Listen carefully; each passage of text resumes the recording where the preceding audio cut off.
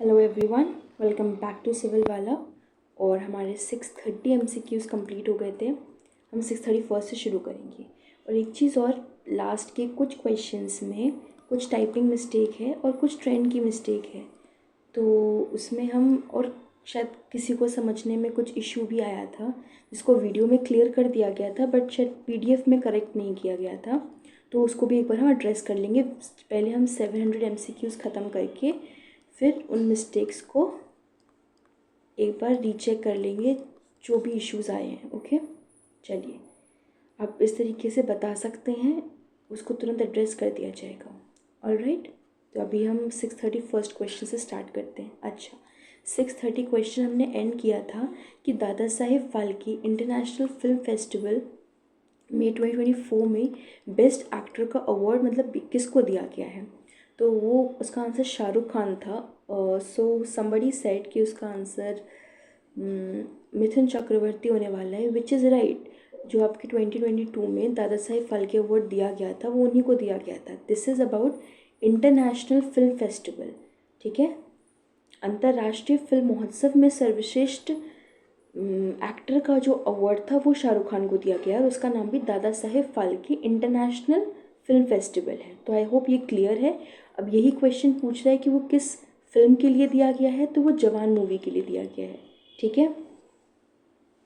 ये आपको क्लियर रहेगा कि शाहरुख खान की फिल्म जवान को दादा साहेब फाल्के अंतर्राष्ट्रीय फिल्म महोत्सव 2024 में सर्वश्रेष्ठ फिल्म का पुरस्कार मिला है और इनको सर्वश्रेष्ठ एक्टर का खिताब मिला है, ठीक है। चलिए, अगला क्वेश्चन है कि 2024 में साहित्य अकादमी फेलोशिप किसे प्रदान की गई है, तो ये रस्किन बॉन्ड को प्रदान की गई है, ठीक है। रस्किन बॉन्ड को साहित्य में उनके आजीवन योगदान के लिए साहित्य अकादमी फेलोशिप, आपको पता है अगर रस्किन बॉन्ड के बारे में इन्होंने कितना मेजर कंट्रीब्यूशन किया है लिटरेचर में, तो उन्हीं में उनको साहित्य अकादमी फेलोशिप दिया गया है। ओके, चलिए अगला क्वेश्चन कह रहा है कि 2024 में किस कन्नड़ कवि को पेन पिंटर पुरस्कार मिला है, तो वो ममता जी राव, इनको दिया गया है ये pen Pinter award. Alright, of course किसके लिए, आपको पता है, उनकी पोएम्स के लिए, ठीक है। चलिए, अगला क्वेश्चन है कि खालिद जावेद की किस पुस्तक ने 2022 का JCB लिटरेचर अवार्ड जीता। ओके, तो इसका आंसर है पैराडाइज ऑफ फूड। अब आप ना देखो, कुछ क्वेश्चंस काफ़ी पुराने भी लग सकते हैं क्योंकि जो एड्यूटेरिया है उस मैगज़ीन में कुछ क्वेश्चन तरीके से दिए हुए हैं, इसलिए इसको ऐड किया गया है। तो आप प्लीज़ उसमें मत जाइएगा कि ये बहुत ही पुराना क्वेश्चन है या अपडेटेड नहीं है या फिर गलत है, ठीक है। चलिए, अगला क्वेश्चन है कि हाल ही में चर्चा में रहा ऑपरेशन रिफ्यूज़ किससे संबंधित है, तो पता ही है ये कि ये नाबालिगों में डोपिंग की जांच के लिए इसका संबंध है, इसके लिए ऑपरेशन रिफ्यूज़ स्टार्ट किया गया है, ठीक है। अब बताइए, आपको नाडा वाडा इन कह रहे हैं, पता है ना, ये डोपिंग एजेंसीज हैं जो इंटरनेशनल लेवल पे चेक करती है, नाडा जो नेशनल लेवल पे चेक करता है कि किसी ने किसी तरह के ड्रग्स तो नहीं लिए, इस तरीके से। ओके, तो ये बेसिकली ऑपरेशन रिफ्यूज़ है, नाबालिगों में डोपिंग की जांच से संबंधित है, क्योंकि हाल ही में जो वाडा है इसके द्वारा एक रिपोर्ट रिलीज़ की गई थी। आपको पता है, तो वाडा के थ्रू रिपोर्ट रिलीज़ की जाती है इसकी, इसमें लिखा गया है कि जो रशिया है वो फर्स्ट रैंक करता है इन केसेस पॉजिटिव, जो डोपिंग के पॉजिटिव केसेस हैं, स्पेशली माइनर्स के केस में जो 18 साल से कम है, ठीक है। इसमें रूस पहले स्थान पे है और भारत दूसरे और चीन तीसरे स्थान पर, इसलिए ऑपरेशन रिफ्यूज़ चालू किया गया है, ठीक है। चलिए, अगला क्वेश्चन है कि हाल ही में global supply chain stress index किस इंस्टीट्यूट के द्वारा जारी किया गया है। अब ग्लोबल सप्लाई चेन है और स्ट्रेस इंडेक्स है, किसका है, वर्ल्ड बैंक का है ये। वर्ल्ड ट्रेड ऑर्गेनाइजेशन से कंफ्यूज किया जा सकता है बिकॉज हम ट्रेड को इससे देखते हैं, बट इसका आंसर क्या है, वर्ल्ड बैंक। यहीं पे इन्हीं गलतियों को नहीं करना है। ओके, चलो, अगला क्वेश्चन कह रहा है कि सुपर टाइफून यागी जो वियतनाम में, जो सुपर टाइफून यागी है वो वियतनाम का अब तक का सबसे शक्तिशाली टाइफून है, पहला क्वेश्चन तो ये कह रहा है। और दूसरा क्वेश्चन कह रहा है कि भारत ने टाइफून यागी से प्रभावित देशों को मानवीय सहायता प्रदान करने के लिए ऑपरेशन सद्भाव शुरू किया था। तो ये दोनों ही स्टेटमेंट्स बिल्कुल सही हैं। वियतनाम का अब तक सबसे पावरफुल टाइफून है यागी, और इसके लिए ऑपरेशन निकाला था, जो इंडियन ऑपरेशन था वो था ऑपरेशन सद्भाव। Alright, okay. अब आपको पता ही है कि जो टाइफून्स होते हैं उनके अलग अलग नाम होते हैं, है ना। ओके, इनके अलग अलग नाम होते हैं। तो जो ये आपके वेस्टर्न नॉर्थ पैसिफिक के जहाँ पे ओरिजिनेट होते हैं, यहाँ पे इनका नाम टाइफून्स होता है। ठीक है, ऑलराइट, वेरी गुड। अब बाकी आप डिटेल्स इसमें से देख सकते हैं, ऐसा कुछ है नहीं जो मैंने बताया नहीं इसमें अभी। चलिए, अगला क्वेश्चन कह रहा है कि मई 2024 में बंगाल की खाड़ी में उत्पन्न गंभीर चक्रवाती तूफान रेमन का नाम किसने दिया था। आपको पता है कोई भी साइक्लोन आता है तो कोई कंट्री उसका नाम रखती है, तो ये पूछ रहा है कि रेमल नाम किस कंट्री ने रखा था, तो ये ओमान ने रखा था। ठीक है, आपको पूरा पता होगा ट्रॉपिकल साइक्लोन जब आप पढ़ते हो तो उसमें पूरा प्रोसीजर होता है इंटेंसिटी का, नेमिंग का, रोटेशन वाइज किस तरीके से कंट्रीज रखती हैं, तो ये ओमान ने रखा था। चलिए,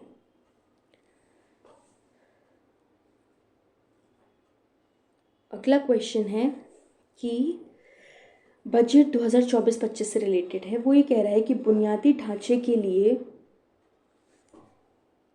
कि ये 111 करोड़, मैंने से क्यों बोला, क्योंकि जब हमने सबने बजट पढ़ा है तो हमने देखा है जो आपका कैपिटल एक्सपेंडिचर है वो इस तरीके से है 11-11-11, ये सबको इस तरीके से याद रहा है, इसलिए बुनियादी ढांचे के लिए इतने करोड़ रुपए का प्रावधान किया गया है। ठीक है, तो ये बिल्कुल सही है।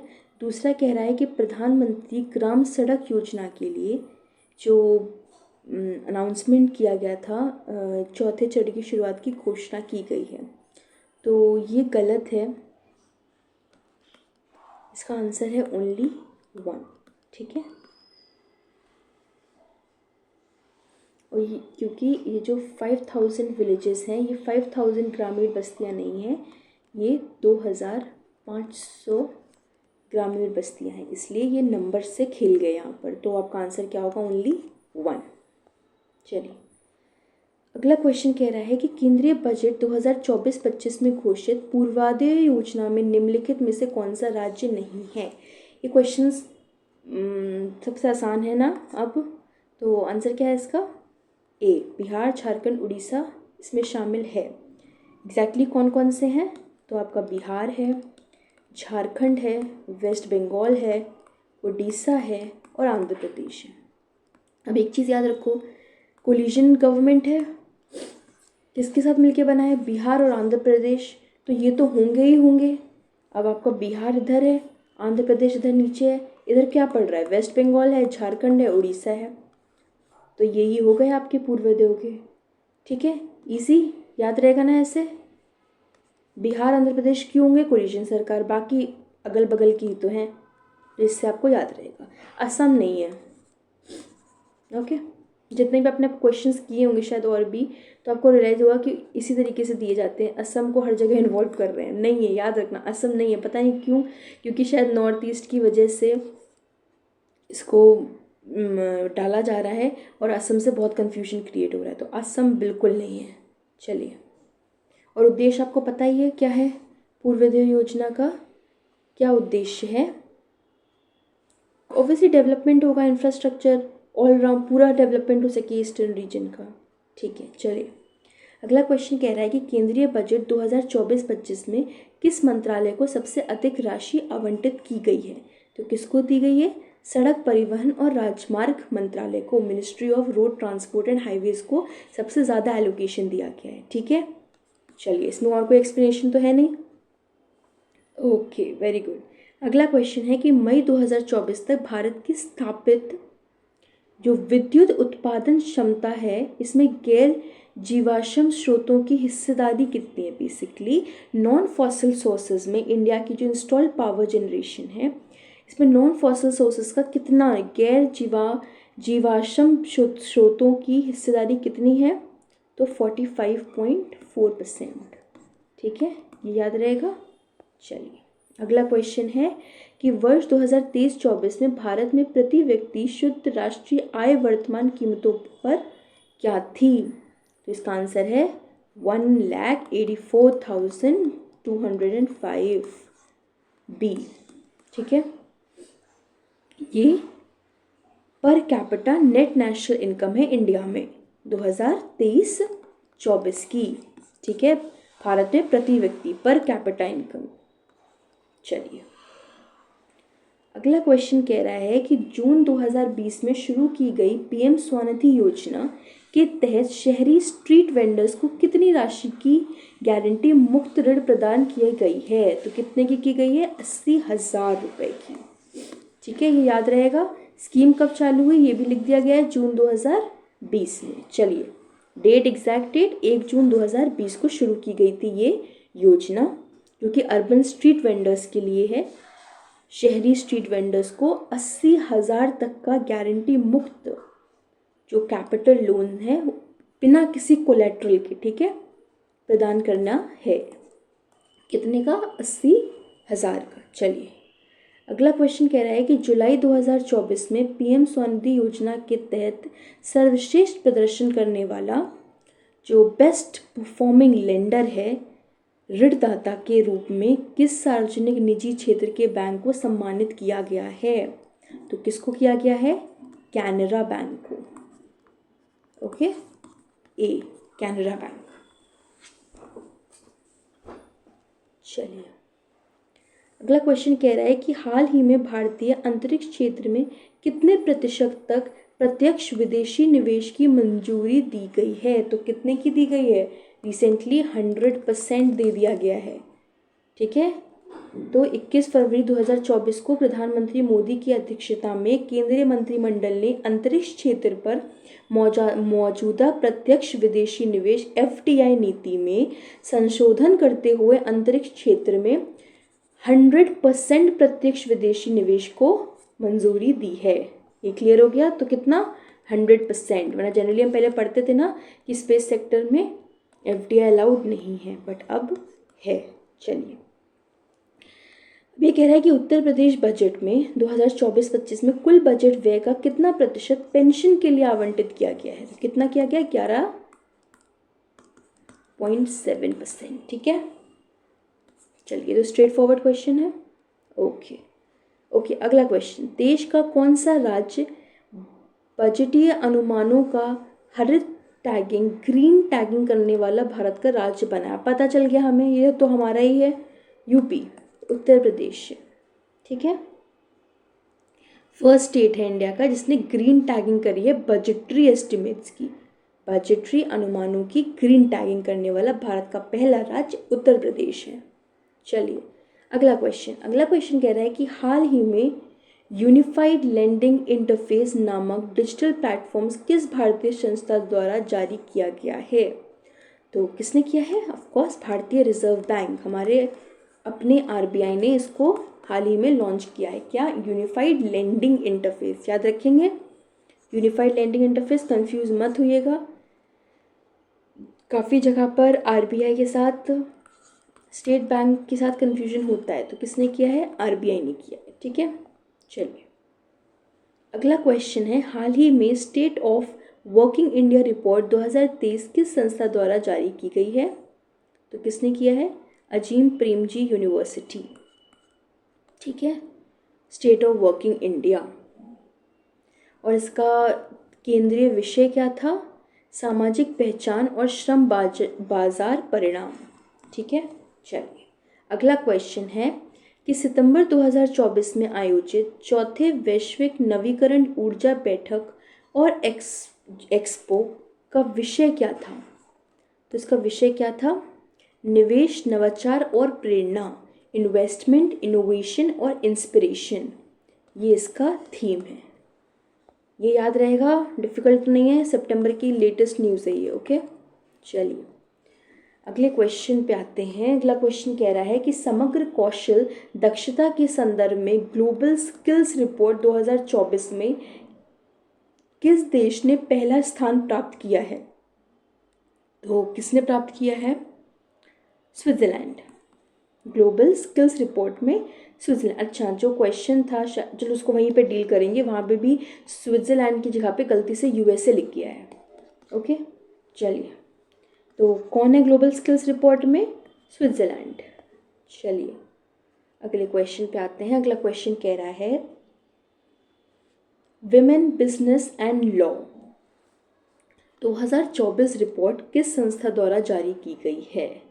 तो बिजनेस, विमेन, बिजनेस और लॉ किसने किया है? विश्व बैंक, वर्ल्ड बैंक ने इसको रिलीज किया है।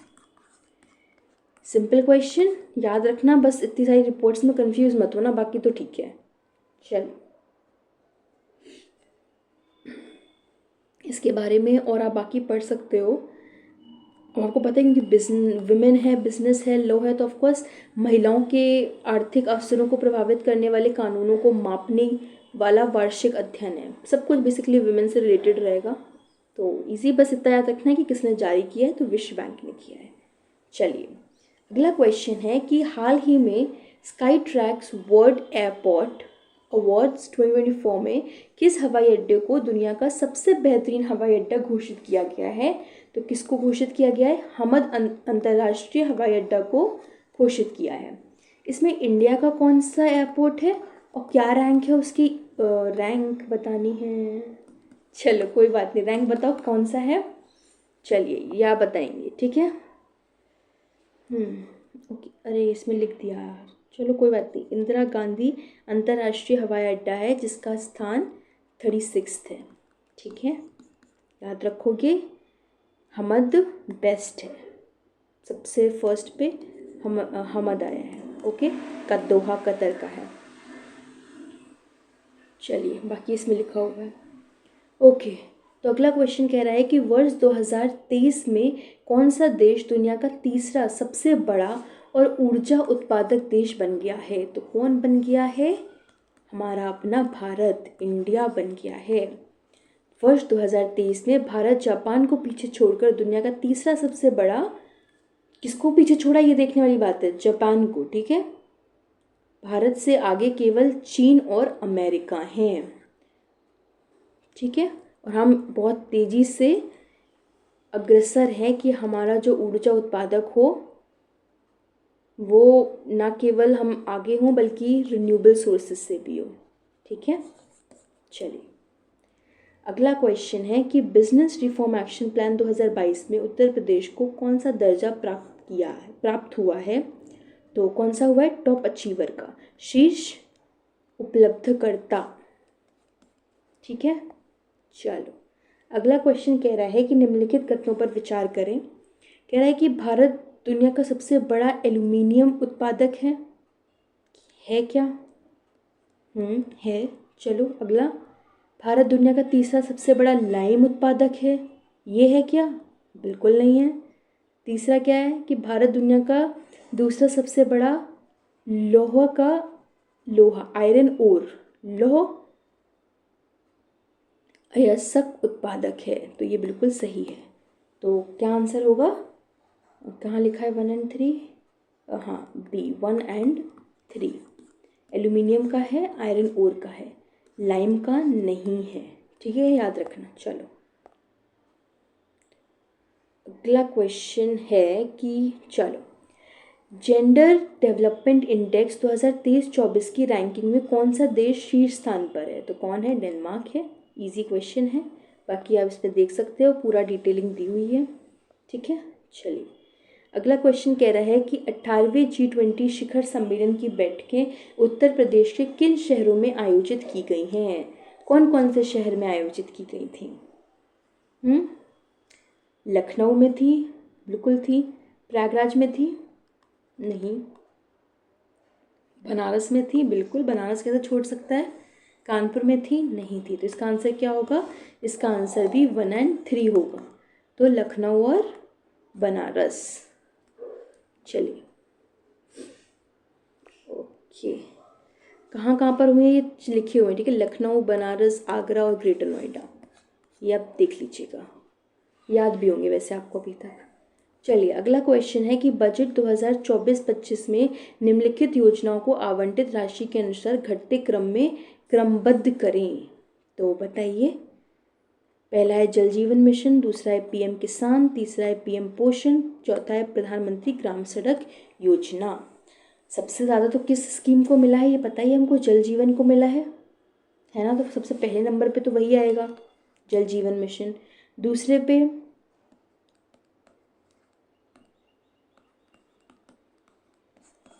ये है सही पैटर्न, जल जीवन को मिला है, फिर पीएम किसान को मिला है, फिर प्रधानमंत्री ग्राम सड़क योजना को मिला है, फिर पीएम पोषण को मिला है।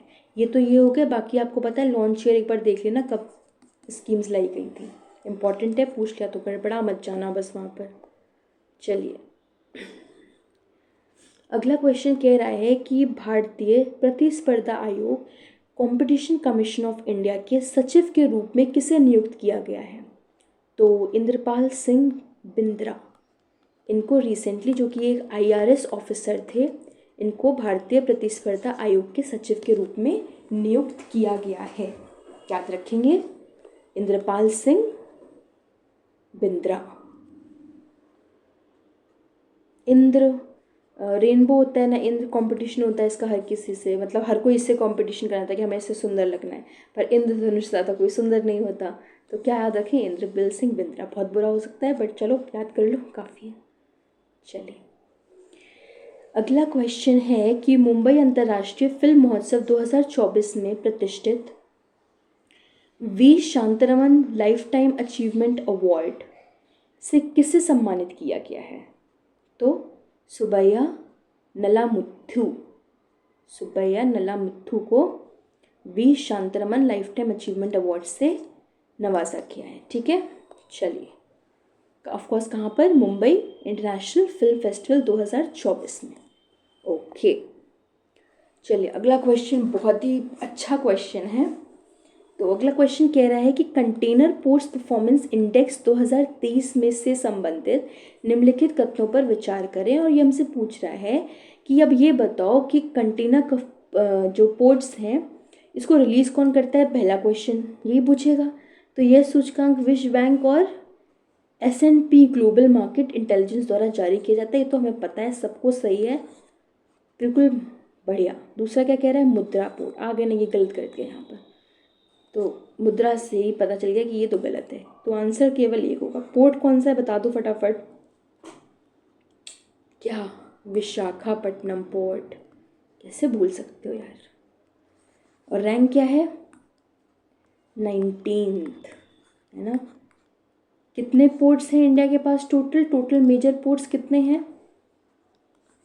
नहीं भी बताना हो नाम तो रिवाइज कर लो जाके कि इंडिया के पास कितने टोटल मेजर पोर्ट्स हैं और कौन कौन से हैं, किस किस स्टेट में हैं। ठीक है, देख लेना जाकर इसको एक बार। वैसे कॉलम आई दृष्टि में भी दिया हुआ है आपकी। चलिए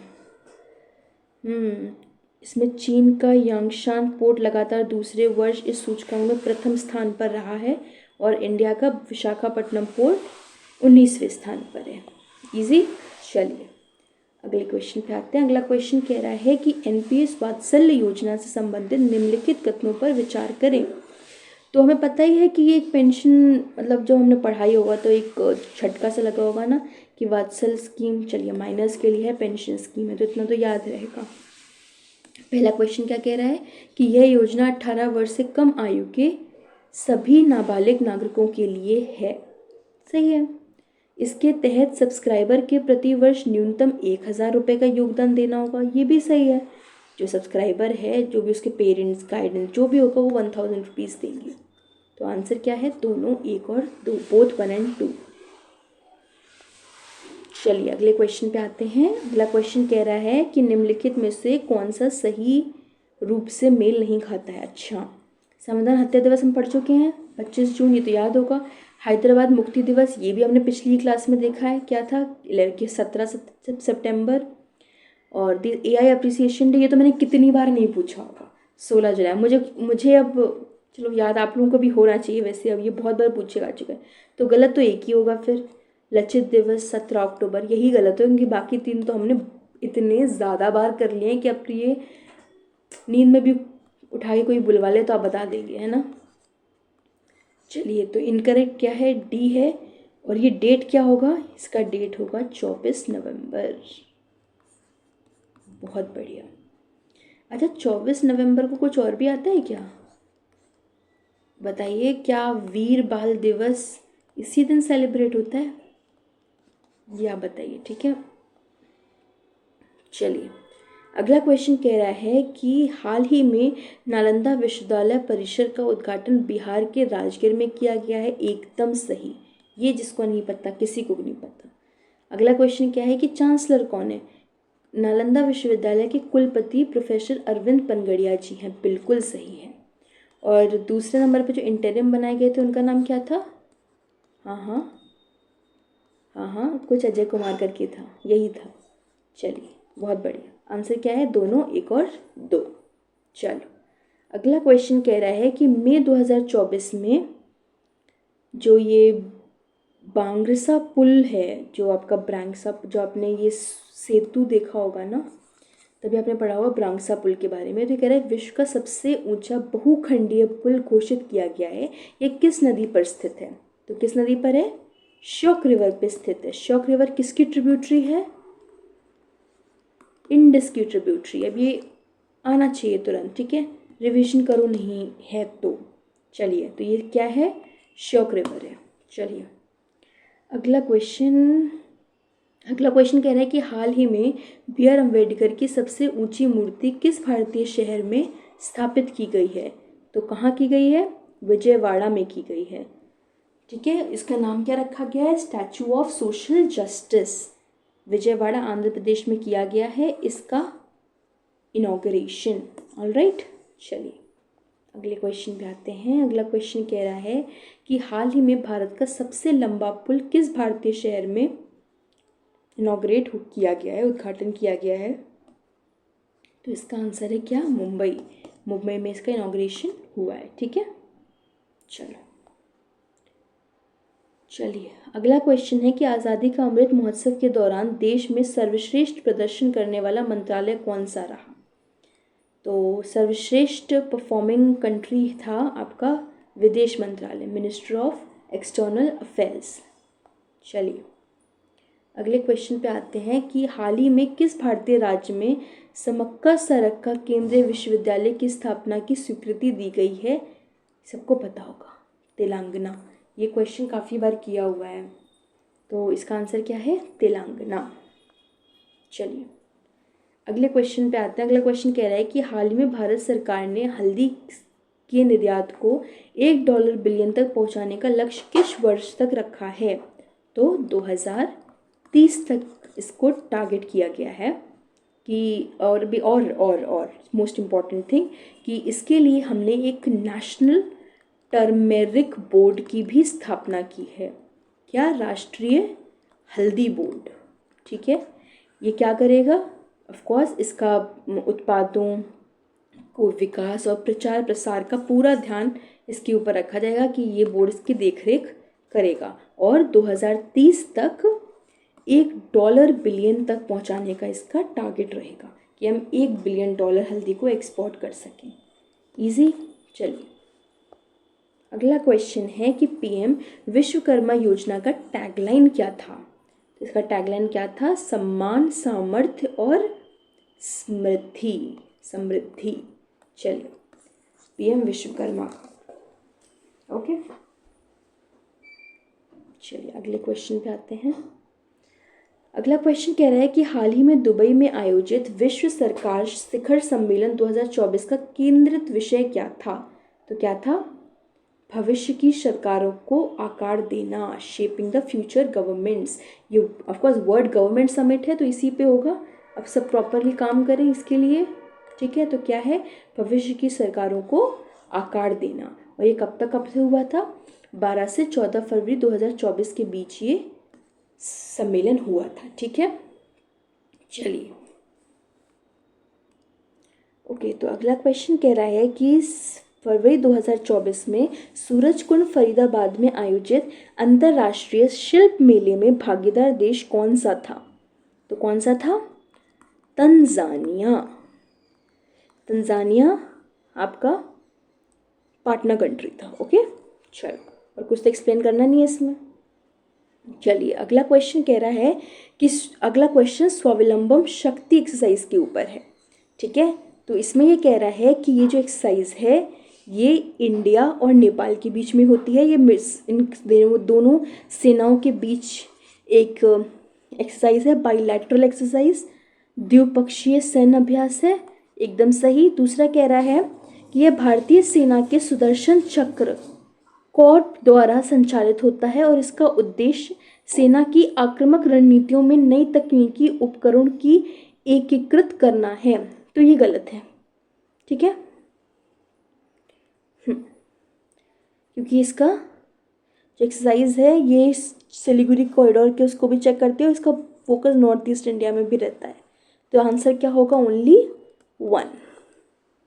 चलो अगला क्वेश्चन कह रहा है कि निम्नलिखित में से कौन से G4 देश संयुक्त राष्ट्र सुरक्षा परिषद में स्थायी सदस्यता की मांग करते हैं? तो कौन से करते हैं? भारत, ब्राज़ील, जर्मनी और जापान। अब इसमें और कुछ तो है नहीं, इजी क्वेश्चन है, काफ़ी स्टैटिक पार्ट था ये। ठीक है, चलिए अगले क्वेश्चन पे आते हैं। अगला क्वेश्चन कह रहा है कि गुड्स एंड सर्विसेज टैक्स के संबंध में निम्नलिखित पर विचार करें कि इनमें से कौन से सही हैं। तो पहला कह रहा है कि जो स्लैब्स हैं जैसे 5%, 12%, 18 और 28% के स्लैब के साथ साथ ये एक 4 टायर स्ट्रक्चर है, तो ये बिल्कुल सही है, हमें पता ही है। और इसमें कह रहा है कि जो कंपोनेंट्स हैं जीएसटी के घटक हैं, इसमें केंद्रीय जीएसटी आता है, स्टेट जीएसटी, राज्य जीएसटी आता है और इंटीग्रेटेड जीएसटी, एकीकृत जीएसटी आता है। तो ये भी बिल्कुल सही है। तीसरा कह रहा है कि goods and services tax council Bharat में जीएसटी के कार्यान्वयन के लिए जिम्मेदार है। इम्प्लीमेंटेशन के लिए कौन है? GST council. तो ये भी बिल्कुल सही है। तो क्या 1, 2 एंड 3 ऑप्शंस क्या हैं? अच्छा केवल एक, तो इसमें क्या होगा? तीनों, सभी सारे के सारे तीनों स्टेटमेंट बिल्कुल करेक्ट हैं। चलिए अगला क्वेश्चन कह रहा है कि निम्नलिखित में से कौन सा टीका एमपॉक्स के खिलाफ सबसे प्रभावी पाया गया है? तो कौन सा पाया गया है? चेचक वैक्सीन, स्मॉल पॉक्स की वैक्सीन एम पॉक्स के अगेंस्ट सबसे ज़्यादा इफेक्टिव पाई गई है। याद रहेगा कौन सी? स्मॉल पॉक्स की वैक्सीन। अगला क्वेश्चन है कि आपका चित्रकूट जो वाटरफॉल्स हैं जो हाल ही में समाचारों में थी कि किस नदी द्वारा बनाया गया है? तो कौन सी नदी है? इंद्रावती। ये किसकी ट्रिब्यूटरी है? ये आप बताइए। चलो आज ज़्यादा क्वेश्चन पूछे ही नहीं है। ठीक है, चलिए अगला क्वेश्चन कह रहा है कि निम्नलिखित में से कितने क्षेत्र वास्तविक नियंत्रण रेखा एलएसी के साथ आते हैं जो हाल ही में भारत चीन सीमा निगरानी समझौते के कारण चर्चा में थे? तो कौन कौन से थे?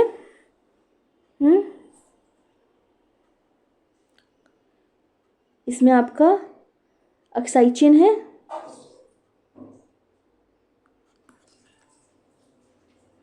अरुणाचल प्रदेश है। तो आंसर क्या होगा? ओनली 2। अच्छा 30 से 3 है क्या? Okay okay okay okay. Aksai चीन, अरुणाचल प्रदेश, सियाचिन और लद्दाख के लिए पूछ रहा है वो।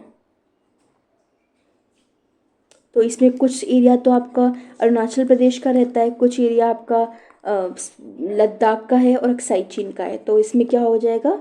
ओनली 3, तीनों हो जाएंगे। चलिए अगला क्वेश्चन है कि सेमाग्लूटाइड के बारे में निम्नलिखित पर विचार करें। ये कह रहा है कि एक्टिव इंग्रेडिएंट है ब्लड शुगर कंट्रोल और वेट लॉस ड्रग्स के लिए। सही है। और ये कह रहा है कि यह टाइप 2 मधुमेह वाले लोगों में अल्जाइमर रोग के जोखिम को कम करता है, तो अल्जाइमर्स की कमी करता है। तो इसका आंसर बिल्कुल सही है। ये ड्रग दोनों ही कामों में काम आता है। तो इसका आंसर क्या है? Both 1 and 2। चलिए अगला क्वेश्चन कह रहा है कि भौतिकी में 2024 का नोबेल पुरस्कार किससे मिला है? फिजिक्स के नोबेल पुरस्कार में किसको मिला गया है? मशीन लर्निंग और आर्टिफिशियल न्यूरल नेटवर्क्स को दिया गया था ना। तो कौन से ऑप्शन में है ये? ओके बी, न्यूरल नेटवर्क के साथ मशीन लर्निंग को सक्षम करने वाले खोजों और आविष्कारों के लिए नोबेल प्राइज इन फिजिक्स दिया गया था, नोबेल। ठीक है, तो आंसर क्या होगा? बी। याद है। और इसके साथ साथ chemistry, medicine, literature etcetera etcetera सब देखने आगे कवर कर लेंगे। चलो अगला क्वेश्चन है कि सहारा रेगिस्तान में स्थित मजूरगा नामक रेगिस्तानी शहर ने सितंबर में दुर्लभ भारी बारिश देखी। यह शहर किस देश में स्थित है? हाँ, तो बात बेसिकली पूछ रहा है कि ये जो डेजर्ट टाउन है कहाँ पर स्थित है, तो ये मोरक्को में है, और specially north western side Morocco की। ठीक है, चलो अगला क्वेश्चन है वॉश सम्मेलन से रिलेटेड। अगला क्वेश्चन है जो इंटरनेशनल वॉश कॉन्फ्रेंस है, ये कह रहा है कि ये जो इवेंट है इसको आयोजन करने वाला जो मंत्रालय है वो पर्यावरण, वन और जलवायु मंत्रालय है। ये गलत है। क्यों? क्योंकि ये जल शक्ति मंत्रालय के द्वारा इसका आयोजन किया जाता है। ज़्यादा स्क्रिबलिंग हो गई, जल शक्ति। ठीक है, अगला क्या कह रहा है कि इस कार्यक्रम का ध्यान वैश्विक जल स्वच्छता और स्वच्छता चुनौतियों का समाधान करना है। ये बिल्कुल सही है, तो इसका आंसर क्या होगा? ओनली 2, केवल 2। चलिए अगला क्वेश्चन कह रहा है कि हाल ही में नदी महोत्सव 2024 का उद्घाटन कहाँ हुआ है? तो ये न्यू दिल्ली में हुआ है। और कहाँ पर हुआ है? इंदिरा गांधी राष्ट्रीय कला केंद्र के पास इसका था, और इसका क्या था? नदियों में नदियाँ, जीवन रेखा का निर्माण, ये इसकी थीम थी। याद रहेगी। चलो अगला क्वेश्चन है कि हाल ही में सशस्त्र सीमा बल के महानिदेशक के रूप में किसे नियुक्त किया गया है? तो अमृत मोहन को सशस्त्र सीमा बल के महानिदेशक के रूप में नियुक्त किया गया है, और ये उड़ीसा कैडर से आते हैं। चलिए, सिर्फ नियुक्ति इंपॉर्टेंट है इसलिए इसमें ज़्यादा हम डिटेल में वैसे भी नहीं जाएंगे। अगला क्वेश्चन है विश्व आयोजन दिवस 2024 का विषय क्या था? ओ सॉरी, ओजोन है, आयोजन कह रही हूँ मैं, ओजोन। कहाँ पर होता है? चलिए ठीक है, तो इसका क्या था? मॉन्ट्रियल प्रोटोकॉल, जलवायु कार्यों को आगे बढ़ाना। तो याद रहेगा, ये इसका थीम था। डे कब है वैसे तो मैंने लिख दिया था, बट चलो जिसने नहीं देखा हो फिर से डे बताओ। अगला क्वेश्चन है कि महिला एशियाई हॉकी चैंपियनशिप ट्रॉफी 2024 की मेज़बानी किस शहर ने की है? तो हाल ही में ये न्यूज़ में भी आया कि कौन जीता है, चाहे नहीं, चलो सिर्फ इतना देखते हैं कहाँ पर हुई है। तो हुई है राजगीर, बिहार में। ठीक है, चलिए अगला क्वेश्चन भी करें, थोड़ा वीडियो लेंदी हो जाएगा। अभी एक काम करते हैं, पहले करेक्शंस देख लेते हैं, फिर बचे हुए को कंप्लीट कर लेंगे। ऑलमोस्ट आपके 700 क्वेश्चंस कंप्लीट हो गए हैं, 300 बचे हैं।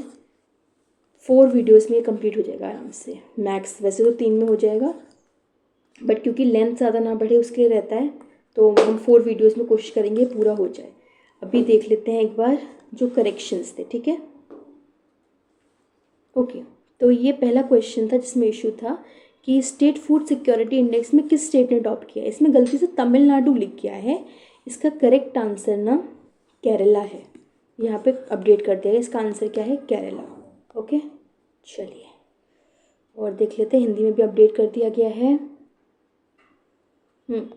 ओके, ये इनोवेशन इंडेक्स से रिलेटेड था, माफ़ कीजिएगा। इसका जो आंसर है वो सिर्फ 2 है। ओके, ओनली 2, क्योंकि जो रैंक है वो आपकी 39th हो चुकी है, 40 आपकी 2023 में थी। ठीक है, और ये ओनली 2 है इसलिए है क्योंकि यूएसए लिख गया है। इसका आंसर यहाँ पे स्विट्ज़रलैंड है, स्विट्ज़रलैंड ने टॉप किया है। ठीक है, तो आंसर में मिसटाइप हो गया है, ओनली 2 है इसका आंसर। ओके, चलिए और आते हैं आगे। और कोई अच्छा, कुछ क्वेश्चंस को डिलीट करवा दिया गया था वीडियो में ही, क्योंकि शायद कॉमनवेल्थ से रिलेटेड क्वेश्चंस काफ़ी सारे उसमें आ गए थे।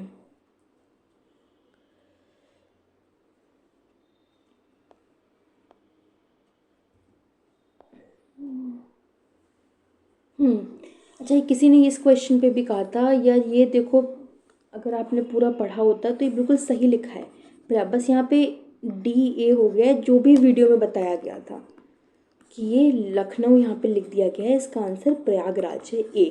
और इसी का एक और क्वेश्चन आगे और बना था कि किस स्टेट में है, तो उसमें भी और एक्सप्लेनेशन बिल्कुल करेक्ट है इसकी। ओके, चलो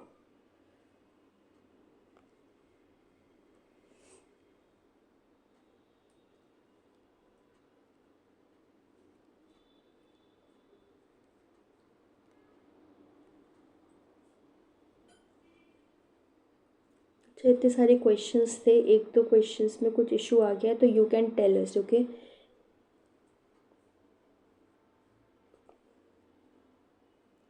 कहीं पे मिसटाइप हो जाता है विच इज़ ओके, ट्राई करेंगे ये चीज़ें ना हो, ओके। अच्छा हाँ, इसमें न्यू दिल्ली लिख गया था, ये ब्राज़ील है, ठीक है। तो आंसर ओनली 2 हो जाएगा। अभी कौन G20 की समिट ऑर्गेनाइज कर रहा है? ब्राज़ील कर रहा है ना। चलिए, अच्छा ये क्वेश्चन कॉमनवेल्थ पे डिलीट कर दिया गया था, तो ये ध्यान रखना, ये क्वेश्चन एग्जिस्ट नहीं करता अब आपके लिए। ओके, इसका में भी आंसर गलत टाइप हो गया था, इसका आंसर ओनली 2 है, क्योंकि 2024 में रैमन मैग्सेसे अवार्ड का इंडियन रेसिपेंट कोई भी नहीं है, तो बोथ नहीं है, ओनली 2 इसका आंसर है, ठीक है, ये याद रखना। अच्छा, दूसरा सबसे जो ये शुक्रयान मिशन के ऊपर जो ये हुए थे, इसको वीनस ऑर्बिटर मिशन भी कह रहे हैं। वीनस को एक्सप्लोर करने के लिए तो है ही, बट ये 2028 में प्रस्तावित है। It is propose to be launch in 2028, इसमें शायद 2024 लिख गया था, ठीक है। तो ये आपके इराटा था, ओके। तो इसका आंसर बोथ 1 और 2 होगा। और कोई इश्यूज़ आता है तो आप बता सकते हैं, बाकी आपके यही करेक्शंस हैं, आपने देख लिए होंगे, बाकी कोई वीडियोज़ में बता दिए गए थे, और उनको कोशिश करेंगे PDF में भी करके दिया जाए, क्योंकि शायद जिसने वीडियो नहीं देखी है, जिसने डायरेक्टली PDF पढ़ी है, तो उसको इशू आया है ना। PDF में वापस से करेक्ट करना रह गया था, तो उसके लिए ध्यान रखिएगा, वीडियो देखकर एक बार कर लो, और दूसरा PDF तो करेक्ट फॉर्मेट में दे दिया जाएगा, ठीक है। तो अभी के लिए ऑलमोस्ट आपके 700 MCQs ख़त्म हो गए हैं, बचे हुए 300 MCQs बहुत जल्दी आपके ये फिनिश हो जाएंगे, और आप करंट अफेयर्स से विल बी सॉर्टेड, ठीक है। तो जो क्वेश्चंस पूछे उसका आंसर करना प्लीज़, रिविजन आपका होगा, इजी क्वेश्चंस हैं।